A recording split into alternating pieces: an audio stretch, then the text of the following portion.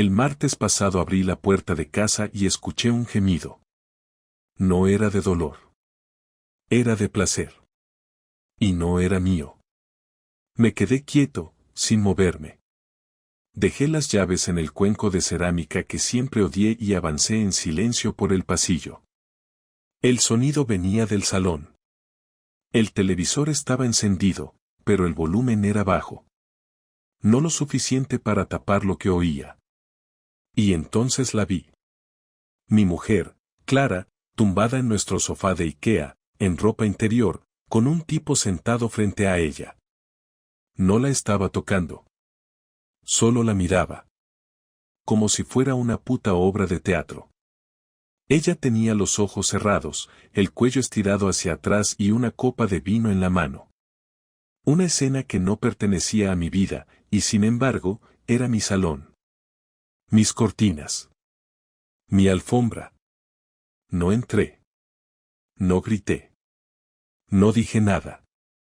Di un paso atrás, salí por la puerta sin que me vieran y bajé las escaleras a toda velocidad.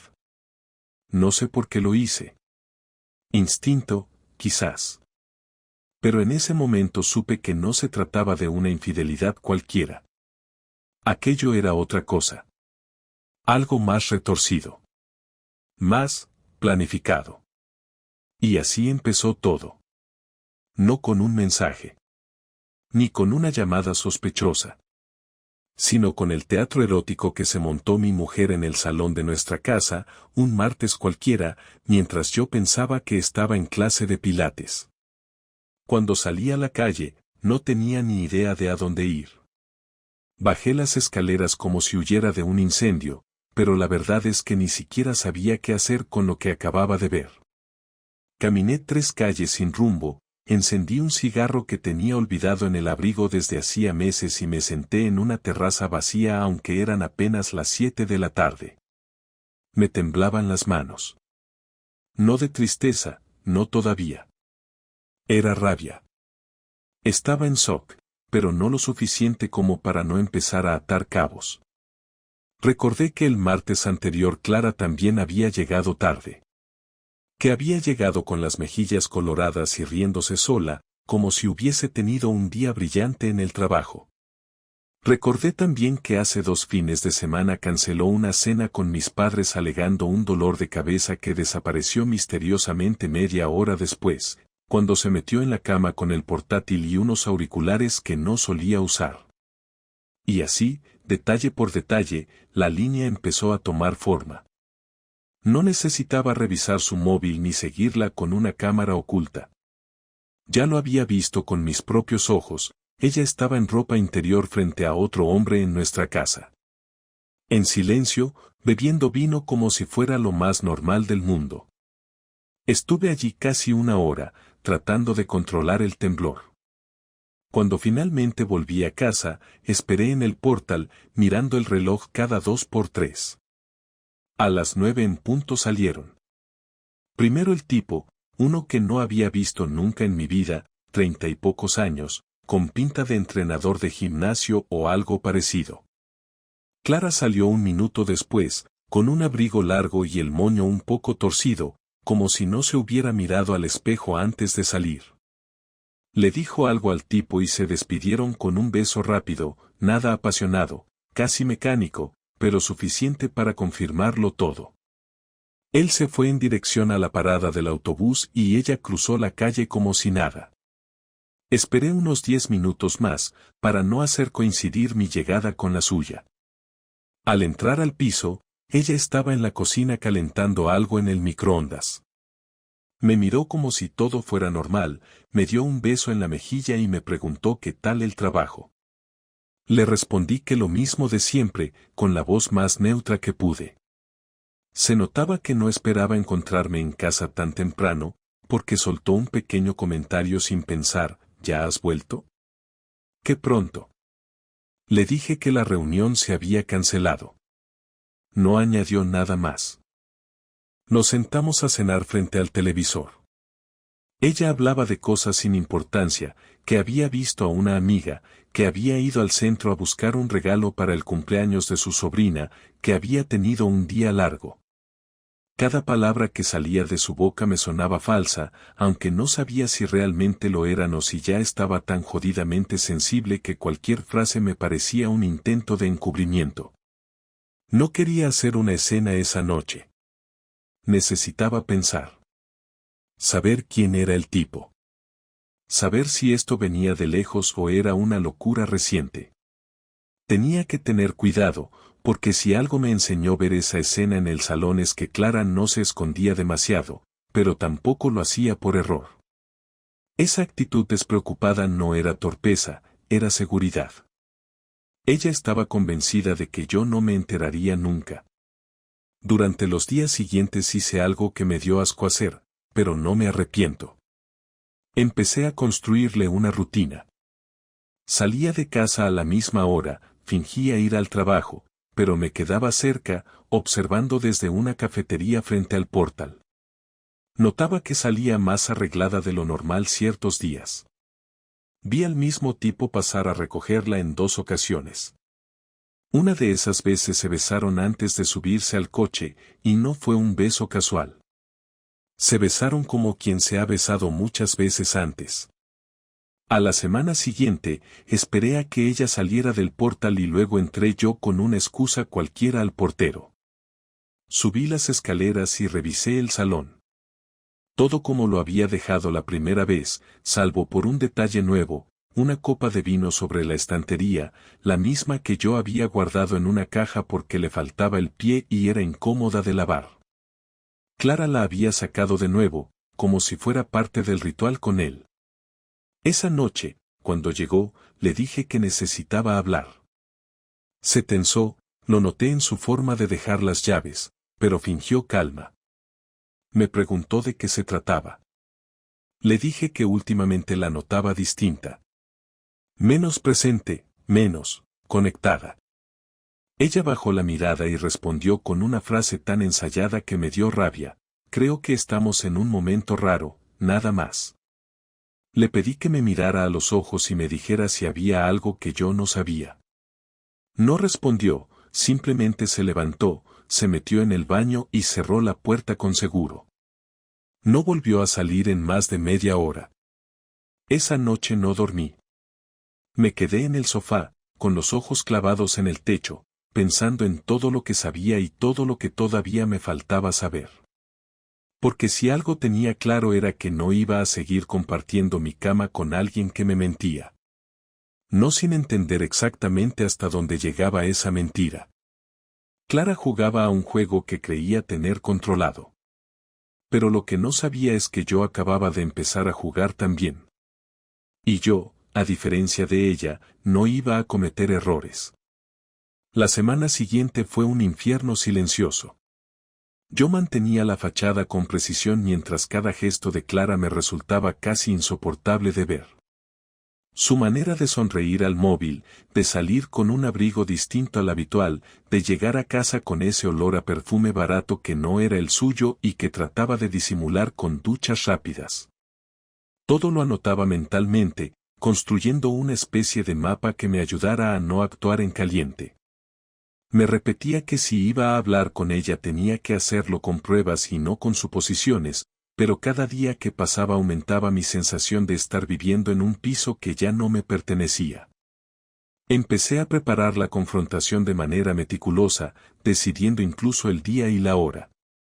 El sábado por la noche, después de cenar, cuando ella pensara que teníamos una velada tranquila. El sábado llegó y durante todo el día me moví como un autómata. Fui al mercado, compré pan y queso, hablé con un vecino sobre la comunidad y contesté a mensajes de trabajo. Clara estaba extrañamente alegre, demasiado habladora, como si necesitara cubrir cualquier silencio con frases sin sentido. Cocinamos juntos y ella bebió más vino del habitual. Yo no bebí nada. A las 10 cerré la televisión y le pedí que se sentara conmigo en la mesa. Se quedó mirando sin entender y preguntó qué pasaba. Tenemos que hablar, dije, y en ese momento su gesto cambió. La sonrisa desapareció de golpe y dejó el vaso a un lado con un movimiento lento, calculado. Dime, respondió. Le pregunté quién era el hombre que había estado en nuestro salón el martes anterior. No disimulé la dureza en la voz ni busqué rodeos. Vi cómo tragaba saliva, cómo giraba la cabeza y cómo sus dedos apretaban el borde de la mesa. Durante unos segundos no contestó. Después dijo que no entendía de qué le hablaba, que seguramente yo me había confundido, que había estado sola. Le dije que no siguiera mintiendo, que lo había visto todo, que la había visto a ella en ropa interior y a él sentado mirándola. Esa vez no pudo fingir sorpresa. Bajó los ojos y soltó una risa seca, una especie de risa nerviosa que no encajaba con la situación. ¿Y qué?, dijo al fin. La frase me golpeó con fuerza porque no era una disculpa ni una negación, era un desafío. Le pedí que lo repitiera. Ella me miró directamente y lo hizo. ¿Y qué? ¿No me vas a decir tú cómo vivir mi vida? Hace años que no eres el hombre con el que me casé. Se levantó de la silla, me dio la espalda y fue hacia la cocina. Yo también me levanté, di un golpe seco en la mesa que hizo vibrar los platos y le ordené que volviera. Se giró despacio, todavía con esa mezcla de nerviosismo y orgullo en la cara. Quiero que me lo expliques todo ahora mismo, dije. No me voy a mover de aquí hasta que me cuentes quién es, desde cuándo y qué coño hacías con él en nuestro salón. Ella respiró hondo, se apoyó en la encimera y, con una voz más baja, empezó a hablar. Me contó que se llamaba Edward, que lo conoció en el gimnasio hacía meses, que primero habían quedado a tomar algo y que luego empezó lo que ella llamaba una relación diferente. Yo le pregunté si era sexual y ella tardó en responder, pero al final dijo que sí, que había sido sexual aunque no como tú piensas. Le pregunté cómo pensaba yo. Me dijo que no era un amante cualquiera, que no era solo sexo y que yo nunca la había entendido. Entonces exploté. Le dije que no podía usar palabras como no me entiendes mientras traía a un desconocido a nuestra casa. Le pregunté si se daba cuenta de que estaba destrozando 12 años de matrimonio, de que me había tratado como a un imbécil y que no iba a permitirle que se colocara en el papel de víctima. Ella me respondió que hacía tiempo que se sentía sola, que yo estaba siempre en mis cosas, que ella necesitaba sentirse viva. Esa última frase me descolocó por un segundo, pero no me ablandó. Le pregunté si él sabía que estaba casada, si sabía que venía aquí, si pensaba seguir viéndolo. Ella dijo que sí a las 2 primeras preguntas y que no estaba segura de la tercera. En ese instante sentí que me hervía la sangre. No solo había sido infiel, sino que lo había hecho sin esconderse del todo, con la arrogancia de quien cree que no habrá consecuencias. Me acerqué a ella, manteniendo la distancia para no perder el control, y le dije que a partir de ese momento las cosas iban a cambiar. Que no iba a soportar más mentiras, que no iba a seguir viviendo en esa farsa. Le pregunté directamente si todavía quería seguir conmigo o si prefería marcharse con él. Ella me miró fijamente, se mordió el labio y no contestó. Volví a preguntarle y siguió callada. Entonces le dije que su silencio ya era una respuesta. Clara intentó girar la situación, diciendo que yo también tenía culpa, que había descuidado la relación, que ella había intentado hablar conmigo muchas veces. Le contesté que aunque todo eso fuera cierto nada justificaba traer a otro hombre a nuestro salón, sentarlo frente a ella y actuar como si fuera normal. Le dije que había cruzado una línea y que no había vuelta atrás. Ella empezó a llorar, no con lágrimas silenciosas sino con sollozos fuertes, mezclando frases sueltas como no lo entiendes y no quería hacerte daño con otras que ni siquiera llegaba a terminar. Cuando terminó de hablar, me senté de nuevo en la mesa y respiré hondo. Le dije que a partir de ese momento no habría más teatro, que yo iba a decidir qué hacer con nuestra vida y que ella podía colaborar contándome todo o podía callarse y aceptar las consecuencias. Ella dejó de llorar, se limpió la cara con la manga y me preguntó qué iba a hacer. Ya lo verás, le contesté. Pero te aseguro que no voy a quedarme quieto mientras me faltas al respeto en mi propia casa. Esa noche dormimos en habitaciones separadas. Ella se encerró en la nuestra y yo me quedé en el sofá, planificando paso a paso lo que vendría después. Porque la confrontación ya había terminado, pero la verdadera respuesta todavía estaba por llegar. Me levanté el domingo antes del amanecer, todavía con la adrenalina de la noche anterior corriéndome por dentro. Clara dormía en la habitación con la puerta cerrada y yo decidí no despertarla. Me hice un café, encendí el portátil y empecé a trabajar. No era un trabajo cualquiera, era la recopilación de todo lo que había ido observando desde que descubrí la escena en el salón. Mensajes que me había enviado ella para cubrir huecos, horarios que no cuadraban, recibos de compras extrañas que encontré en la bandeja de entrada compartida que todavía manteníamos para algunos pagos, incluso las fotos que conseguí hacer con el móvil desde el portal cuando la vi salir con él. Todo lo fui organizando en carpetas, con fechas y horas. No me temblaba la mano. Quería que cada dato estuviera ahí para no tener dudas cuando llegara el momento. Decidí que mi venganza no iba a ser una pelea ni una humillación pública improvisada. Tenía que ser algo medido, tangible y con consecuencias reales para ella. Llevábamos 12 años de matrimonio y habíamos comprado el piso a medias. Ella siempre había presumido de que su nombre estaba en todos los papeles. Yo sabía que no era así. La hipoteca estaba a mi nombre porque yo había conseguido mejores condiciones bancarias gracias a mi trabajo en la gestoría, y la cuenta conjunta tenía el 80% del dinero que yo había ido aportando. Ella había confiado en que yo nunca miraría eso con lupa. Ese fue mi primer movimiento. El lunes pedí cita con mi abogado, un tipo que conocía desde hacía años y que me debía varios favores. Le conté todo sin adornos. Le dije que mi mujer me había sido infiel, que la había visto con otro en mi casa y que quería iniciar un procedimiento de separación sin que ella pudiera tocar lo que no le correspondía. El abogado me escuchó sin interrumpir y cuando terminé me dijo que era posible, que había vacíos legales que podíamos usar a mi favor. Preparamos en un par de días un borrador de demanda de divorcio en el que yo solicitaba la custodia del piso y del coche. También me aconsejó congelar la cuenta conjunta antes de que ella intentara sacar dinero. Esa misma tarde lo hice, transfiriendo mi parte a una cuenta nueva a mi nombre. Durante esos días me comporté en casa con una frialdad calculada. No discutía, no la insultaba, no le reprochaba nada. Clara se movía como una sombra, sin saber qué estaba pasando, intentando mantener conversaciones triviales a las que yo apenas respondía. El miércoles me preguntó si estaba enfadado. Le contesté que no, que estaba cansado. El jueves me preguntó si quería que habláramos otra vez. Le dije que ya habíamos hablado y que no tenía nada más que añadir. Ella no insistió. Yo sabía que en su cabeza ella creía que todo se quedaría en una bronca monumental y luego en silencio, como tantas otras parejas que soportan traiciones sin hacer nada. Se equivocaba. El viernes, cuando todo estaba listo, le pedí que se sentara conmigo en la mesa. Le dije que había pensado mucho en lo ocurrido y que había tomado una decisión.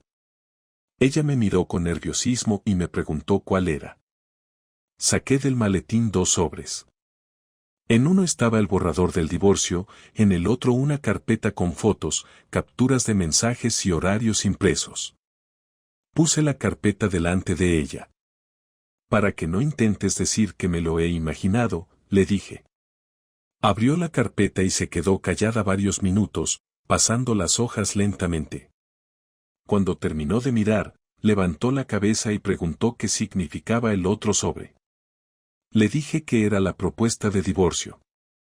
Que yo me quedaría con el piso, el coche y la cuenta conjunta y que ella podía quedarse con sus ahorros personales y su trabajo. Le aclaré que si firmaba, todo sería rápido y discreto. Si no firmaba, iríamos a juicio y yo presentaría todo lo que tenía delante de un juez. Se quedó blanca. Esto es una trampa, dijo al fin. No, respondí. Esto es consecuencia de tus actos. Si quieres saber qué es una trampa, mira las noches que te ibas con él a escondidas y luego me dabas un beso de buenas noches. Ella intentó decir que tenía derechos, que la ley estaba de su parte, que no podía arrebatarle el piso así. Yo le respondí que la hipoteca estaba a mi nombre, que yo había puesto la mayor parte del dinero, que el abogado me había explicado todo. Que si quería, podía comprobarlo. Me miró con odio, como si no pudiera creer que yo fuera capaz de hacer algo así. En ese momento me di cuenta de que Clara nunca me había imaginado capaz de actuar con frialdad. La conversación duró casi 2 horas. Ella pasó de la negación al enfado, del enfado al llanto y del llanto a los insultos. Me dijo que era un manipulador, que siempre lo había sido, que por eso estaba con otro. Yo me limité a recordarle que el manipulador no era el que había traído a un desconocido a casa, sino el que había mentido durante meses. Cuando terminó de insultarme, se sentó y preguntó con voz baja qué iba a pasar ahora. Le respondí que tenía una semana para decidir si firmaba o si prefería que lo arregláramos en un juzgado. Esa noche recogí mis cosas del dormitorio y dormí en el salón. No porque quisiera, sino porque necesitaba dejar claro que a partir de ese momento éramos 2 personas distintas viviendo bajo el mismo techo. Durante esa semana ella no me dirigió la palabra salvo para lo estrictamente necesario. Yo seguí yendo a trabajar y preparando la logística de la separación. Avisé a mi jefe de que probablemente necesitaría unos días libres en breve. Informé a mi hermana, que vive en Madrid, para que supiera que en cualquier momento podría llamarla para ayudarme a vaciar el piso. Cuando terminó la semana, Clara me entregó el sobre firmado sin decir nada. Ni una sola frase de disculpa ni de reproche. Simplemente lo dejó sobre la mesa y se marchó a su habitación. Yo lo abrí, comprobé que estaba todo correcto y llamé al abogado para que iniciara el proceso. Colgué y me quedé mirando la pared. No sentí alivio, ni satisfacción. Solo una calma rara, casi mecánica, como la que uno siente después de terminar un trabajo pesado. Sabía que aquello no era el final, que aún quedaba la última conversación, pero en ese momento me di cuenta de que mi venganza ya estaba en marcha y que no había vuelta atrás. Cuando Clara dejó el sobre firmado sobre la mesa, no me miró. Caminó directo al dormitorio y cerró la puerta sin apuro, sin gesto de derrota, sin mostrar nada. Se notaba que estaba agotada, pero también había algo más, algo parecido al orgullo herido, como si aún esperara que yo diera un paso atrás y le dijera que todo podía arreglarse. Durante los días siguientes, apenas nos cruzamos. Solo hablábamos de cosas básicas, como facturas, llaves o la hora del notario. Todo lo demás era un silencio pesado que llenaba cada rincón del piso. En ese tiempo no sentí rabia, tampoco satisfacción. Me pasaba el día en el trabajo haciendo como que todo estaba bien, como si no tuviera nada en la cabeza, pero cuando volvía al piso me daba cuenta de que esa casa ya no tenía sentido. Ya no era mi hogar. Era una especie de almacén donde 2 personas vivían juntas por inercia hasta que todo se deshiciera del todo. El miércoles por la noche decidí que era hora de hablar con ella por última vez. No por buscar un cierre emotivo ni por darle explicaciones que no merecía, sino porque necesitaba decir algunas cosas antes de que firmáramos ante el notario el viernes. Esperé a que terminara de ducharse y cuando salió le dije que quería hablar. Me miró sin entusiasmo y preguntó si era urgente. Le dije que sí. Nos sentamos en la cocina, uno frente al otro, como si fuéramos 2 extraños que estaban esperando una entrevista. Ella no dijo nada al principio, así que empecé yo. Le dije que nunca pensé que acabaríamos así, pero que tampoco podía decir que me sorprendía. Que tal vez en algún momento me volví predecible, o que la rutina nos había comido, pero que nada de eso justificaba lo que ella había hecho. Le recordé que no fue solo una infidelidad, fue una traición planificada. Que metió a alguien en nuestra casa y que lo hizo de manera tan tranquila que ni siquiera pensó que podía romperlo todo. Le dije que me dolió más ver su calma que imaginar lo que hacía con él. Ella intentó decir algo, pero levanté la mano y le pedí que me dejara terminar. Le conté que después de verlos, no sentí odio de inmediato. Que lo primero que pensé fue en cómo había llegado a ese punto sin darme cuenta. Que durante días me cuestioné si había hecho algo mal, si había sido demasiado distante, si me había encerrado en mi trabajo. Pero que después de pensar mucho, entendí que no importaba. Que aunque todo eso fuera cierto, ella no eligió hablarlo, eligió esconderlo. Y no una vez. Lo convirtió en una rutina. Lo volvió parte de su vida como si yo no existiera. Clara bajó la mirada y dijo que no sabía cómo explicarlo. Le dije que no hacía falta. Que ya había entendido todo. Que ella había dejado de quererme hace tiempo, pero le dio miedo romper algo cómodo. Que encontró algo nuevo, algo que la hacía sentir distinta, y en vez de afrontarlo, decidió mantener las dos vidas a la vez. Ella murmuró que tenía miedo, que pensó que era solo una etapa, que no quería destruirlo todo. Le pregunté si había dejado de acostarse con él o si lo había seguido viendo. Me respondió que no lo veía desde hacía 2 semanas. Le pregunté si lo iba a ver después de firmar los papeles. Tardó en contestar. Luego dijo que no lo sabía. Ese no lo sé fue lo que terminó de hundirlo todo. Porque no había ni un mínimo arrepentimiento, ni intención de reparar nada. Solo una mujer atrapada entre dos ideas, sin fuerzas para tomar ninguna decisión. Le dije que no me interesaba lo que hiciera después de la firma, que yo iba a seguir con mi vida y que ella podía hacer lo mismo, pero que no se atreviera a buscarme más adelante para intentar volver a algo que ella misma rompió. Me dijo que no pensaba hacerlo. Durante unos segundos nos quedamos en silencio.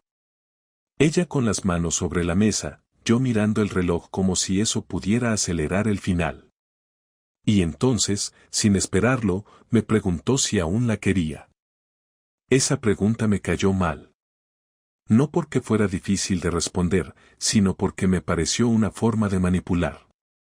Le dije que no sabía qué significaba querer a alguien después de todo eso.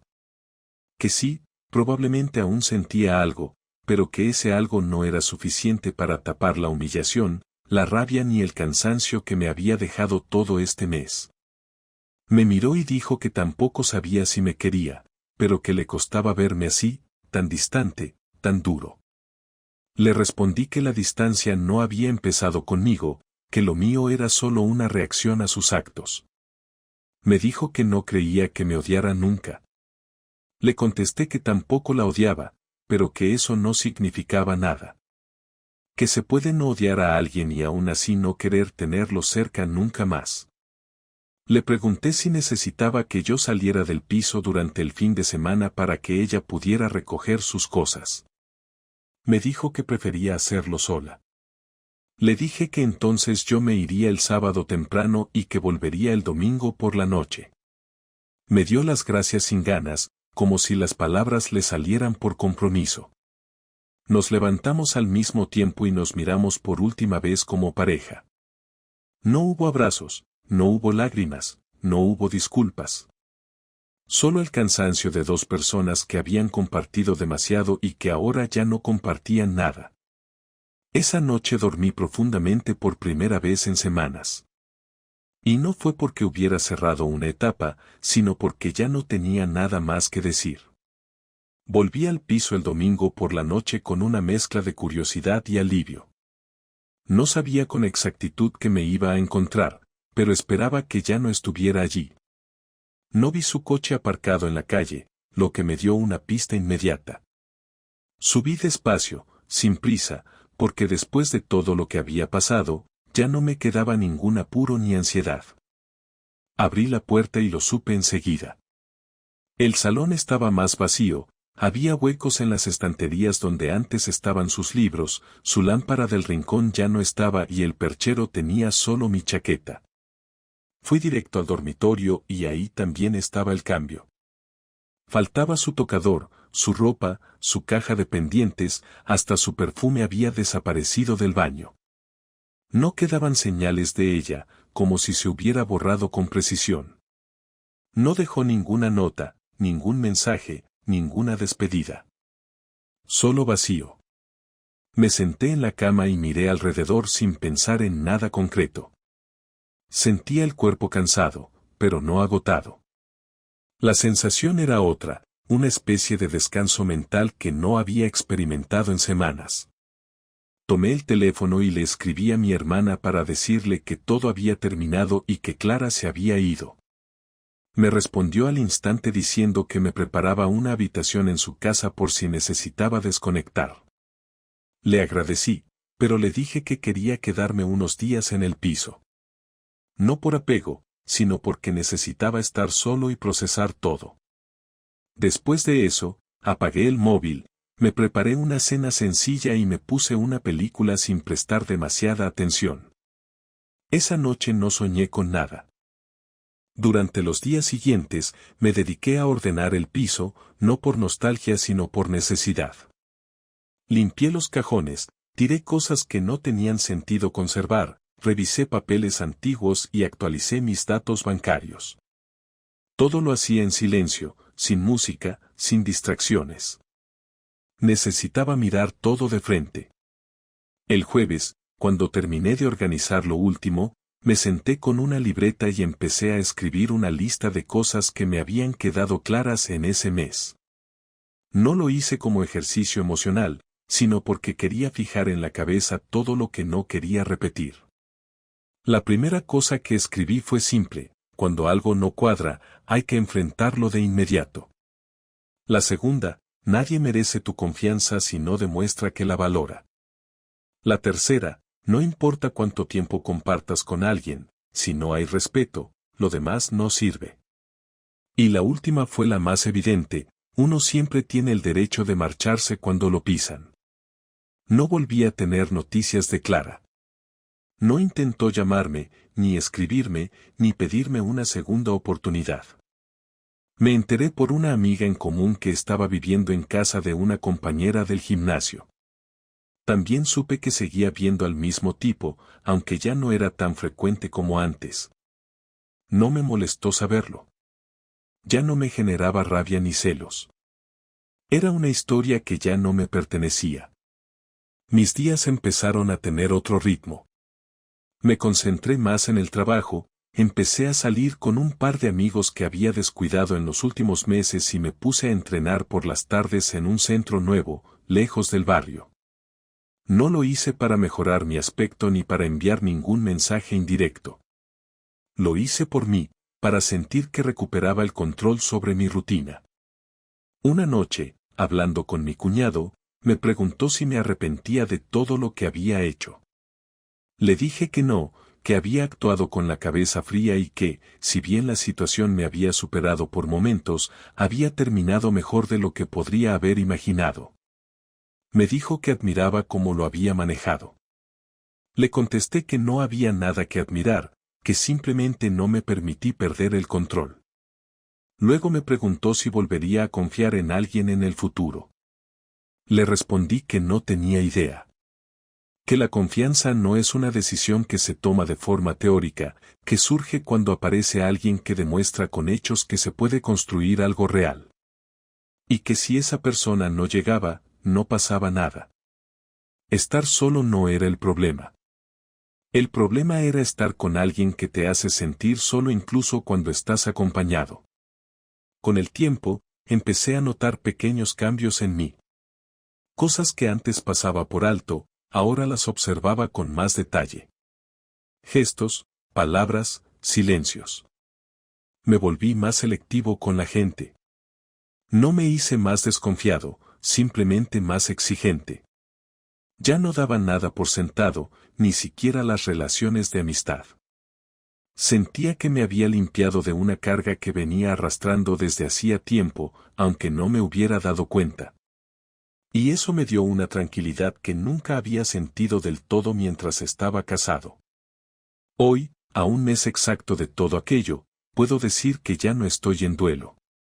Ya no tengo necesidad de hablar del tema ni de pensar en lo que pudo ser distinto. Me desperté esta mañana sin ese peso en el pecho que me había acompañado durante semanas. Me preparé el desayuno, abrí la ventana y simplemente viví el momento sin pensar en lo que había perdido.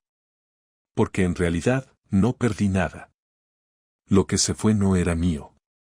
Era una ilusión, una rutina disfrazada de vida, una mujer que decidió mirar hacia otro lado mientras yo le entregaba años de mi tiempo.